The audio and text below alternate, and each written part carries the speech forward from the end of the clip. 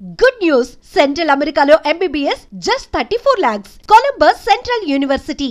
మొత్తానికే సార్ మీరు వచ్చి సక్సెస్ సాధించాక 10 సినిమాలు అనంగానే రెమ్యూనరేషన్ అమాంతం పెంచేశారా? లేదండి. మా పీరియడ్‌లో పెంచుడు గించుడు లేదండి అసలు. మా సినిమాకి ఇచ్చేవారా? కాల్ షీట్లు ఇచ్చేవారు సార్. ఆ రోజుల్లో సినిమాకే కదా! లేదండి. కాల్ షీట్సే హ్మ్. 5 రోజులు, 10 రోజులు, 15 రోజులు, 12 రోజులు అట్లా ఉండేది. ఇక కొన్ని మధ్యలో చిలక్కొట్టుడు క్యారెక్టర్‌లు కొన్ని ఉండేది. 1 డే, 2 డేసు అయ్యి డే పర్ డే ఇంతని మొదలైనయి. హ్మ్.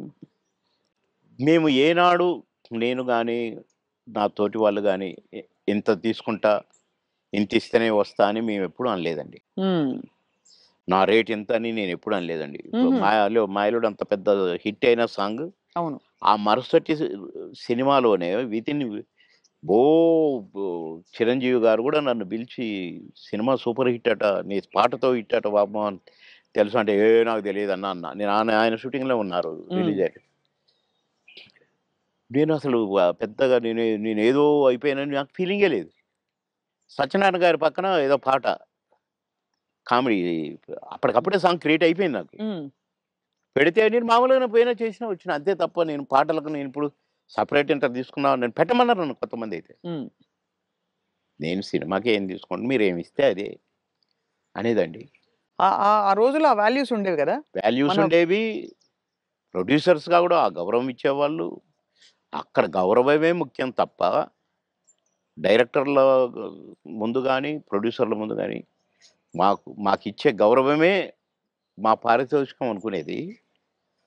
అంతే తప్ప ఏసేద్దాము, పెంచుదాము, లక్షలకు పెంచు అని మేమెప్పుడూ ఊహించలేదండి. అవును. ఏమిస్తే తీసుకునేది. కొందరు డబ్బింగ్ జెప్పి బయటకొచ్చినాక, "క్షమించాలి సార్ మీకు బ్యాలెన్స్ ఇవ్వలేకపోతున్నా" అంటే, ఓకే. ఓకే. తర్వాత చూద్దాం అనుకుంటే ఎళ్ళిపోయేది. అంటే అడిగేది గాదు. ఆ! మాకిచ్చిన చెక్కులు బౌన్స్ అయినయి ఎన్ని, నుంచి విజయవాడ, గుంటూరు దాకా కట్టొచ్చు తోరణాలు. ఆహా! అన్ని చెక్కులు బౌన్స్ అయినాయి మాయి. మేమెప్పుడు మీ చెక్ బౌన్స్ అయిందనలే. ఒకతనైతే నిన్ననే డబ్బింగ్ జెప్పించాడు. డబ్బులడిగితే సార్ నేను మా భార్య పుస్తకంతో ఆడబెట్టి, నేను డబ్బులు తెచ్చి సినిమా కంప్లీట్ చేస్తున్నా సార్, రిలీజ్ చేస్తున్నా సార్. ఏం చేయాలి సార్? బిజినెస్ కాలేదు సార్ అంటే, వద్దొద్దు. మీరేం ఫీల్ కాకండి అని ఎళ్ళిపోయాను నేను. హ్మ్. పొద్దున్నే వచ్చి ఇంట్లో ఉన్నాడట.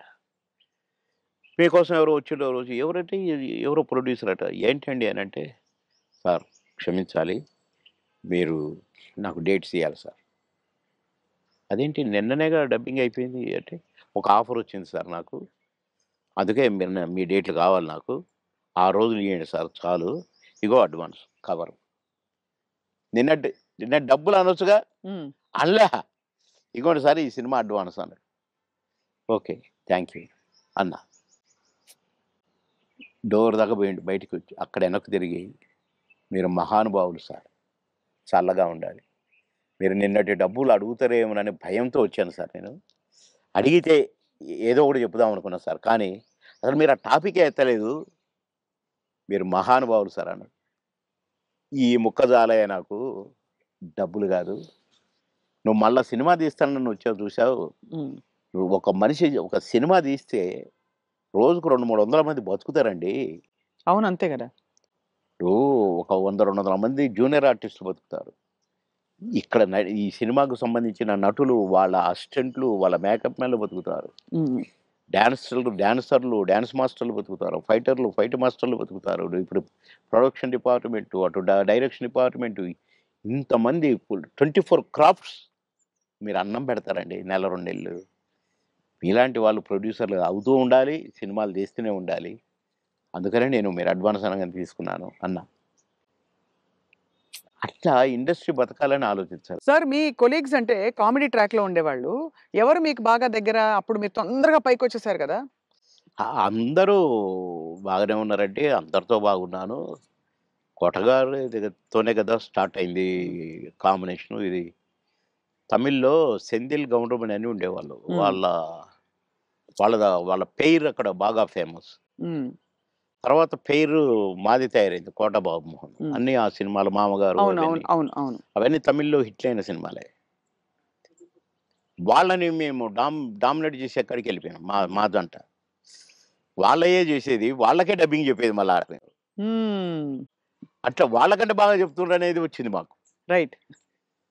అట్లా కోట నేను కాంబినేషన్ బాగా సక్సెస్ అయినాయి చాలా. కోట నేను బ్రహ్మానందం మా ముగ్గురు ఉంటే కూడా సక్సెస్ అయినాయి.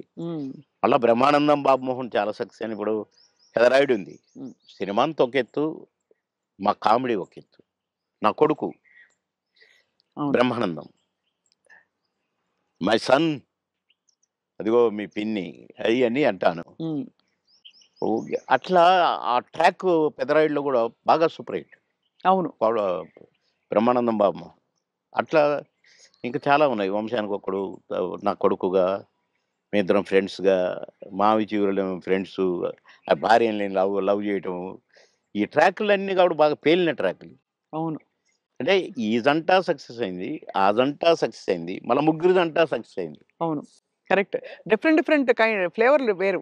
అంటే బ్రహ్మానందం గారితో ఎలా ఉండేది సార్ మీ అనుబంధం? ఆయన్ని సార్ని ఏదో కత్తి అనేదో అంటారట, ఏది బ్రహ్మానందం గారిని ఆయన పదునైన కత్తెనో ఇంకేదో అంటారని ఏదో అంటారు. అబ్బే కాదు కాదు, మా భరణి గాడు తనికెర్ల భరణి వాని గురించి రాశాడు. అదే నా గురించి 2 మాటలు నీ కవిత్వాలు చెప్పురా అంటే 2 ముక్కలు రాసి వాని చేతికి ఇచ్చాడు. అంటే ఎక్కడ నొక్కాలో ఎక్కడ చెక్కాలో తెలిసిన మేధావిరా నువ్వు అని. అంటే ఏ ఎండకు ఆ గొడుగు పడతావు అని ఇంకొక 2 మాటలు రాశాడులేండి. బ్రహ్మానందం గారి ఇప్పుడు గురించి నేను అన్నట్టుగా వాడు వస్తాడు, ఇప్పుడు పురుగుల మందు తాగుతాడు బ్రహ్మానందం. అయ్య బాబాయ్, అందుకని అనను ఇప్పుడు నేను. బాబాయ్ సార్ అంటే నువ్వు ఎక్కడ ఎక్కడ నొక్కాలో ఎక్కడ చెక్కాలో అని దానికి ఒక పదం మీద పెట్టిండండి. అంటే ఏ ఎండకా గొడుగు ఎక్కడికక్కడ నువ్వు సామాన్యుడు కాదు అన్నట్టు దాని మీనింగ్. అవును. ఎక్కడ చెక్కాలో అంటే ఎక్కడ అంటే మంచిగా పాజిటివ్ గా చెప్తే ఎక్కడ నెగ్గాలి, ఎక్కడ తగ్గాలి అన్నీ ఉన్నాయండి. అలా పాజిటివ్ కు పాజిటివ్ గా ఉంది, లౌక్యానికి లౌక్యం, డిప్లొమసీ లౌక్యంగా ఉంటుంది. ఉంది. వాడు వాని వరకు వేషాలు సంపాదించుకోవటానికి కానీ, వాడి వరకు సర్వైవ్ అవటానికి కానీ యాడికన్నా పోతాడు, ఏమైనా చేస్తాడు, ఏమైనా పట్టుకుంటాడు అని కూడా ఉంది. కానీ మీ ఇద్దరిది మంచి దోస్తీ కదా సార్, మీది బ్రహ్మానంద గారిది. ఇక కాబట్టి నేను ఏమైనా అనొచ్చు వాడిని, వాడు నన్ను ఏమైనా అనొచ్చు, అంతే కదా. అంతే, అదే ఉండాలి కదా సార్ లైఫ్ లో. వారు యాక్చువల్లీ అవును కరెక్టే. మీరు కోట గారు వచ్చారు పెద్ద మనిషి కాబట్టి అన్నయ్య చాలా పెద్దవారు. నేనే అన్న అంటాను, తమ్ముడు అంటాడు అనుకోండి. బ్రహ్మానందం అన్నాడు అన్నయ్య ఏంట్రా అంటాడు, పెద్దోన్ని రా అంటే బేస్తాలే అని నేననేది. అట్లా జాలీగా సార్. బాగా బాగా బాగా బాగా మొన్న ఈ మధ్యనే ఫోన్ చేశాడు, బావా అన్నాడు. ఏంటో బావా ఇంత ప్రేమ ఎటు నుంచి వచ్చిందో, ఆహా ఏదో ఉంది చెప్పు. ఇట్లా మాట్లాడుకొని ఒక అరగంట నవ్వుకున్నాం ఇద్దరం. మా డ్రైవర్ పిచ్చుడు అయిపోయి దేని గుర్తుంటుందో అనుకున్నా. సార్ నేను బ్రహ్మానందం అభిమాని అంటుండే, రేపు పక్క కాపురం నాయన అని. అట్లా చాలా జోవియల్గా చాలా సరదాగా. మీ ఫీమేల్ కో స్టార్ సార్ ఎవరు మీ ఫేవరెట్ మీతో పాటు? అంటే అప్పట్లో ఎవరు ఉన్నారండి? ఎవరు లేరు మీ టైంలో. యాక్చువల్లీ ఎక్కువ మంది లేరు, ఎందుకంటే బ్రహ్మానంద గారికి కోవైసర్ల గారు ఉన్నారు. అంతకు ముందు టైంలో శ్రీలక్ష్మి గారు వీళ్ళందరూ ఉండేవారు, పాత కామెడియన్స్. ఏమండి కోవైసర్లో నాతోనే స్టార్ట్.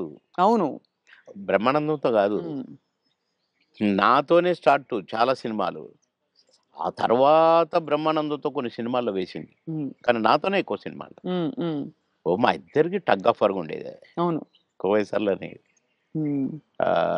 చాలా ఉన్నాయి, చాలా సినిమాలు, చాలా క్యారెక్టర్లు ఉన్నాయి మా ఇద్దరి. కానీ హైలైట్ ఏంటంటే మీది సౌందర్య గారిది డ్యూయట్. అది ఆకాశం అంతా. 365వ రోజు సెకండ్ షో హౌస్ఫుల్ చూసా. అవును, 365వ రోజు. ఇంకా 100 రోజులు ఆడుద్ది సార్, మాకు కొన్ని కమిట్మెంట్ ఉండే రేపు తీసేస్తున్నాం, 365 రోజులు అయిపోయింది కదా అని అన్నారు. అలాంటి ఒక పాట ఒక కమెడియన్ చేస్తే 365 రోజులు ఆడటం అంటే చిన్న విషయం. అవును, అంతే కదా.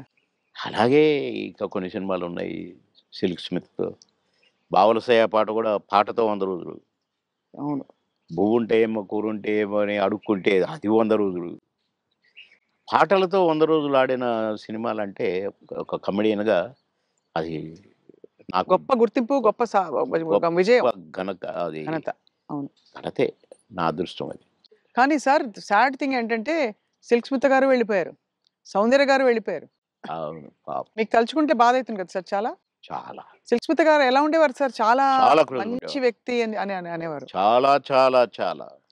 ఆమె ఎవరిని కేర్ చేయదు, ఉమ్, ఎవరికి నమస్కారం పెట్టదు, ఉమ్, కాలు మీద కాలేసుకొని కూర్చుంటది.